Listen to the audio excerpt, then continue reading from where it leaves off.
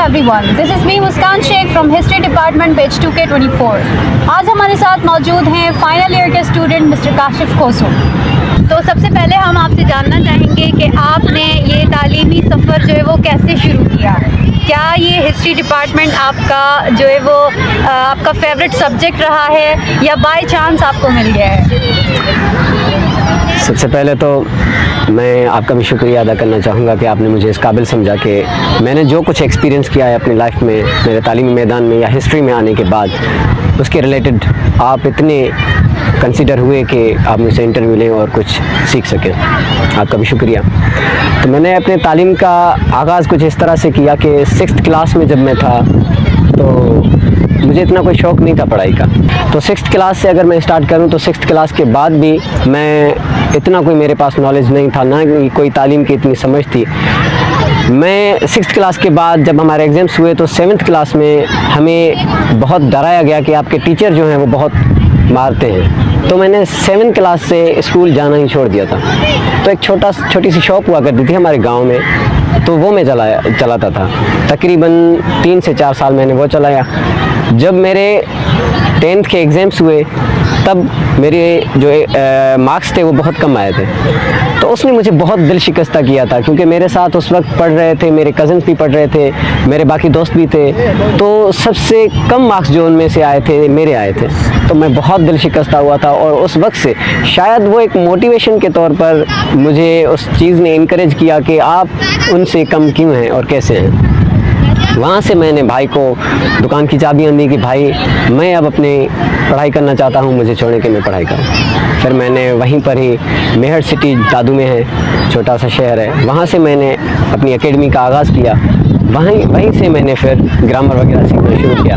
जब हमारा टेस्ट हुआ यहाँ सिंध यूनिवर्सिटी में तो कोविड-19 का एक समय आ गया। तो उस वक्त टेस्ट ना होने की वजूहत से हमें जो सिलेक्शन मिली वो इंटर और मैट्रिक के ग्रेड के बुनियाद पर मिली। तो मेरा जो फर्स्ट चॉइस था वो था पाकिस्तान स्टडी, सेकंड पर इंग्लिश था और उसके बाद 5th चॉइस पर था मेरा हिस्ट्री डिपार्टमेंट। तो अनफॉर्चुनेटली मैं जो फर्स्ट चॉइस था मेरा वो मैं नहीं ले सका, जो मेरा डिज़ायर्ड सब्जेक्ट था। लेकिन किस्मत में शायद यही लिखा था कि मैं हिस्ट्री डिपार्टमेंट में आऊँ। तो हिस्ट्री डिपार्टमेंट मुझे 3rd चॉइस में जाकर मिली। मैंने सबसे पहले तो डिपार्टमेंट में मिल नहीं रहा था तो मैंने इसका आगाज़ कर दिया। मैंने सोचा ठीक है, शुरू कर देते हैं, इससे आगाज़ कर लेते हैं। जब मैं यहाँ फर्स्ट टाइम यहाँ यूनिवर्सिटी में आया तो सबसे पहले मुझे सर बशीर मिले। सर बशीर से मेरी दुआ सलाम हुई। उन्होंने मुझे समझाया हिस्ट्री के बारे में, डिपार्टमेंट दिखाया, क्योंकि हम सब नए थे। जब मैं यहाँ पहुँचा तो हमारे साथ चंद 2 स्टूडेंट्स थे, बाकी कोई भी नहीं आया हुआ था। और मुझे क्रेज़ बहुत था कि यूनिवर्सिटी जाऊँगा, वहाँ अलग माहौल होगा, कैसी पढ़ाई होगी। उससे पहले मेरे 2 दोस्त आए हुए थे, उन्होंने भी मुझे काफ़ी इनकरेज किया था कि तुम बाहर आओ, तुम में कुछ ऐसी चीज़ें हैं, एबिलिटीज़ हैं कि आप बाहर आएंगे तो आप बहुत कुछ कर सकते हैं। अभी तक मुझे लगता है कि मैंने इतना कुछ नहीं किया जो मुझे करना चाहिए, लेकिन इंशाल्लाह I am improving and desire to overcome these situations. तो मैंने यहाँ हिस्ट्री में जब मैं आया तो ये मेरा फेवरेट तो नहीं था, लेकिन बाद में फेवरेट होने की वजूहत कुछ टीचर्स हैं वो मेरे वजूहत बने। उनमें से मैं चंद टीचर्स का नाम ज़रूर लेना चाहूँगा। एक तो मैम रेहाना है, दूसरे सर शफीक हैं।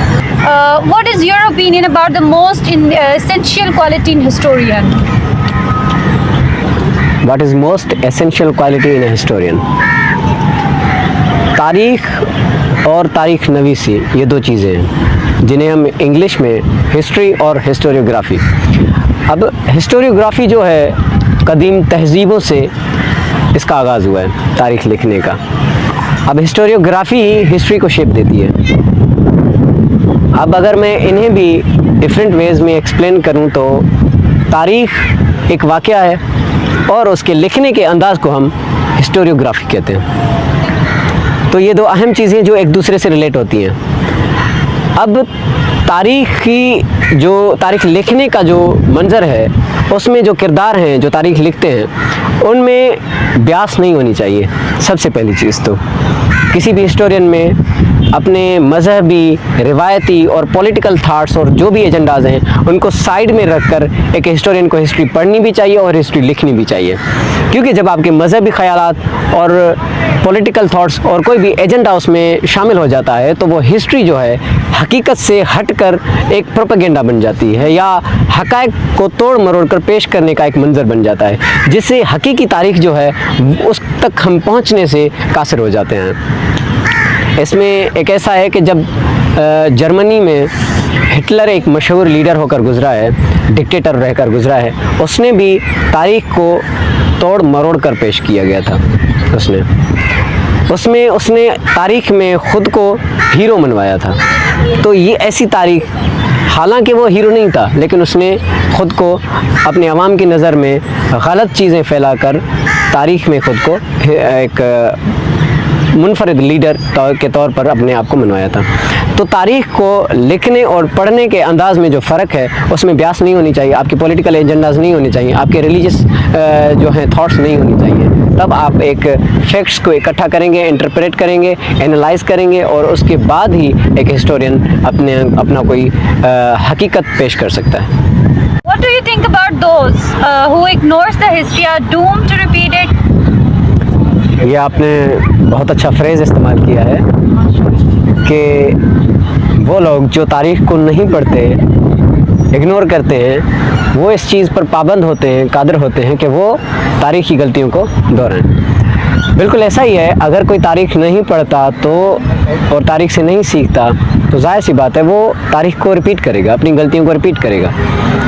इनमें सबसे बड़ी मिसालें हमें ये मिलती हैं कि पॉलिटिकल इंस्टेबिलिटी को अगर हम देखें तो बड़े बड़े empires, Roman empire, Mughal empire, उनकी जो ख़त्म होने की वजूहात हैं उसको अगर हम समझें तो इंटरनल मसाइल की वजह से वो ख़त्म हुई थी।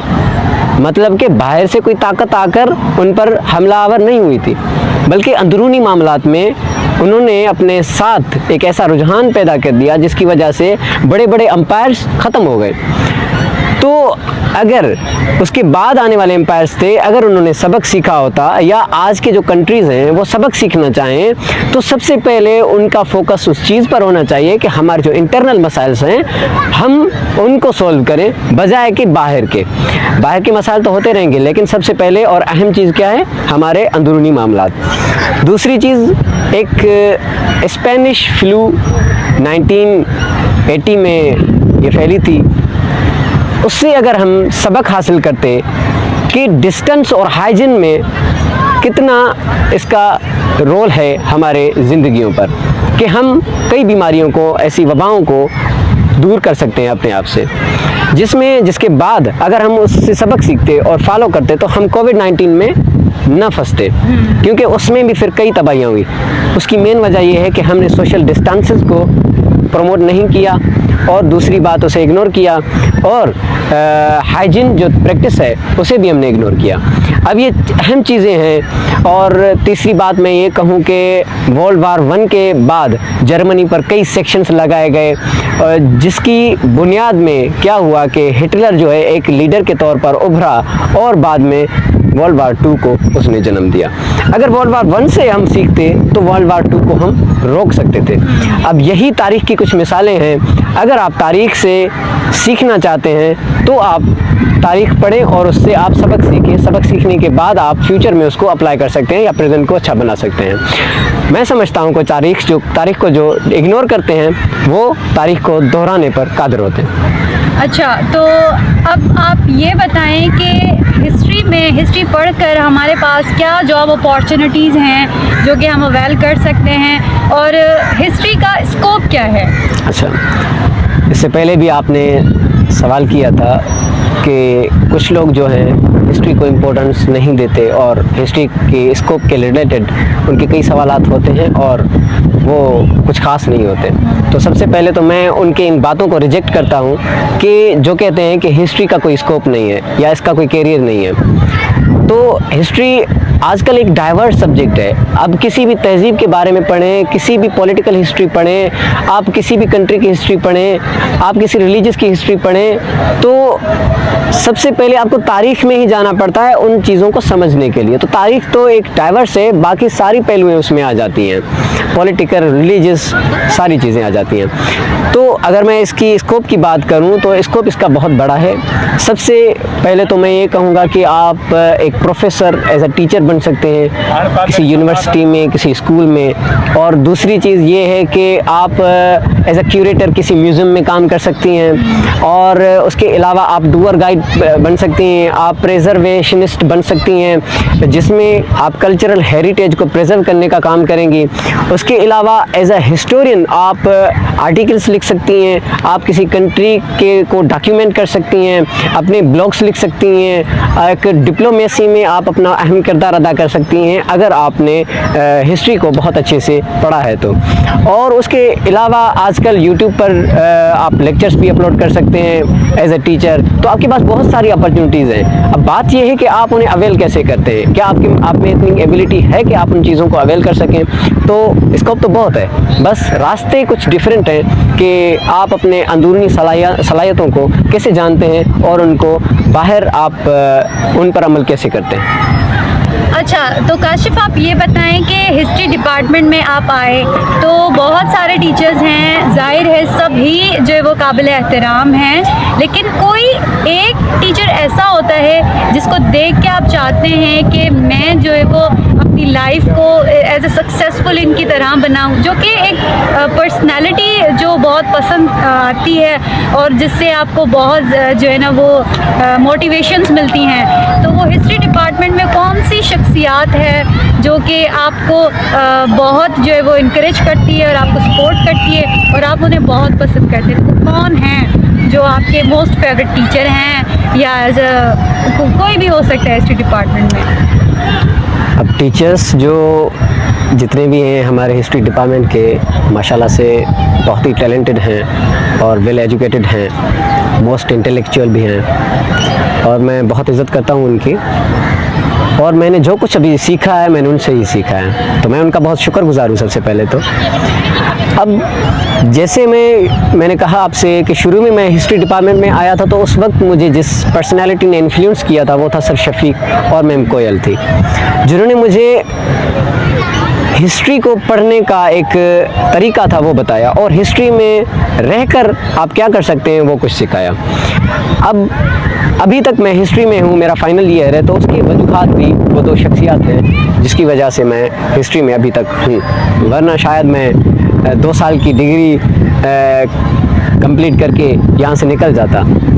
तो अभी जो हैं वो सर सरवेज को मैं ज़्यादा क्रेडिट दूंगा क्योंकि वो बहुत ज़्यादा माशाल्लाह से इंटेलेक्ट हैं और बहुत ज़्यादा नॉलेज रखते हैं। उनमें एक चीज़ मुझे बहुत ज़्यादा पसंद है, एक तो उनकी पर्सनालिटी बहुत इन्फ्लुएंस करती है मुझे, और दूसरी ये बात कि वो हमें ये चीज़ बाहर निकालना चाहते हैं कि हम में कौन से टैलेंट हैं, हम क्या कर सकते हैं। वो नए नए रास्तों से नए नए टास्क देकर हमें आजमाते हैं ताकि हमें जो छुपी हुई टैलेंटेड चीज़ें हैं टैलेंट की वो बाहर आ सके। तो मैं सर को बहुत ज़्यादा क्रेडिट दूंगा कि वो हमें इम्प्रूव करना चाहता है, न सिर्फ हिस्ट्री डिपार्टमेंट में बल्कि दूसरे मैदानों में भी वो बहुत कुछ सपोर्ट करते हैं। तो इन द लास्ट हम आपसे यही सवाल करेंगे कि आप हमारे सीनियर हैं, आपने अपने 4 साल, अभी आपका लास्ट ईयर है, तो आपने 4 साल अपने इस डिपार्टमेंट को दिए हैं, आपने इस इन्वायरमेंट को दिए हैं, तो आप जो है हमें क्या सजेस्ट करेंगे कि हमें भी तो अपने 4 साल अपने सर्वाइव करना है इस डिपार्टमेंट में। बिल्कुल। तो आप हमें क्या सजेस्ट करेंगे कि हम अपनी आगे की जो लाइफ है या अभी हम जो सर्वाइव कर रहे हैं, तो हमें किस तरीके से मतलब खुद को अवेयर करना चाहिए चीज़ों से और किस तरीके से हमें सर्वाइव करना चाहिए? देखें, एज अ सीनियर जो मैं सजेस्ट करूँगा वो अच्छी चीज़ें होंगी जो मैंने एक्सपीरियंस किया है, और जो कुछ मैंने एक्सपीरियंस किया है वो नेगेटिव था तो मैं उससे परहेज़ करने का कहूँगा आपसे ज़रूर। तो सबसे पहली तो क्लास में आपकी बॉन्डिंग जो होती है ना वो बहुत मैटर करती है। आप ये कोशिश करें कि उनके साथ शाना बशाना रहें, उनकी हेल्प में। अगर कोई पढ़ने में बहुत नीचे है आपसे, तो सबसे पहली प्रायोरिटी तो आपकी ये होनी चाहिए, तो उसको सपोर्ट करना है, क्योंकि वो हमारे फैमिली का हिस्सा है। हम एक फैमिली के तौर पर यहाँ आते हैं और फाइनल ईयर में फैमिली के तौर पर ही बिखर जाते हैं। तो ये 4 साल का जो सफ़र है ना, इसमें कोशिश करें कि बहुत अच्छी यादें और अच्छी बॉन्डिंग्स क्रिएट की जाएं, जो 4 साल के बाद भी हमें याद रहें। सबसे पहले तो यही चीज़ मैं सजेस्ट करना चाहूँगा। और दूसरी बात, मैं ये ज़रूर सजेस्ट करूँगा कि हर लड़का और लड़की शागिर्द जो हैं वो कामयाब होना चाहते हैं, लेकिन वो अपने अंदर के सलाहियतों को जान नहीं पाते। इवन कई स्टूडेंट्स में देखता हूँ कि वो आते हैं, हिस्ट्री में भी आए, तो उन्हें पता नहीं है कि हम क्यों आए हैं या आगे हमें क्या करना है, उनके कुछ गोल्स नहीं होते। तो मैं सबसे पहले उन्हें ये सजेस्ट करना चाहूँगा कि आप सबसे पहले तो ये जानें कि आप कर क्या रहे हैं और करना क्या चाहते हैं।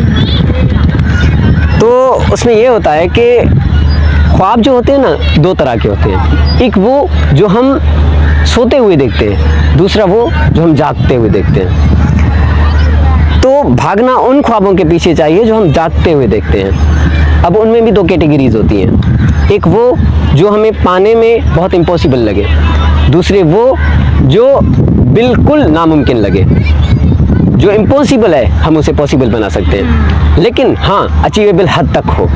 अब उसमें भी आप ये करें कि सबसे पहले आंखें बंद करके अच्छे से रिलैक्स होकर सोचें और 5 ऐसे ख्वाब अपने लिखें जो आप अचीव करना चाहते हैं अपनी लाइफ में। आप वो लिखें और देखें कि सबसे ऊपर आपने कौन सा लिखा है। आप उसको सेलेक्ट करें, टिक करें और एवरी डे एक से एक स्टेप, तो दिन में एक स्टेप ज़रूर उसके उस तक पहुंचने के लिए ज़रूर उठाएं। तो मैं ये सजेस्ट ज़रूर करूंगा कि आपका जो मंजिल है, आपका जो मकसद है, उसके पीछे भागने में कंसिस्टेंसी जो है बहुत ज़्यादा मैटर करती है। आप एक कदम ही सही मगर बढ़ते रहें, तो आपको इंशाल्लाह कामयाबी मिल जाएगी। आपके जो मकसद हैं आप उनमें कामयाब हो सकते हैं। ये मैं अपने जूनियर्स को और आपको भी ज़रूर सजेस्ट करूँगा। Thank you so much Kashif, आपने हमारे साथ बहुत अच्छा कोऑपरेट किया और बहुत अमेजिंग जो ये आपके साथ इंटरव्यू रहा।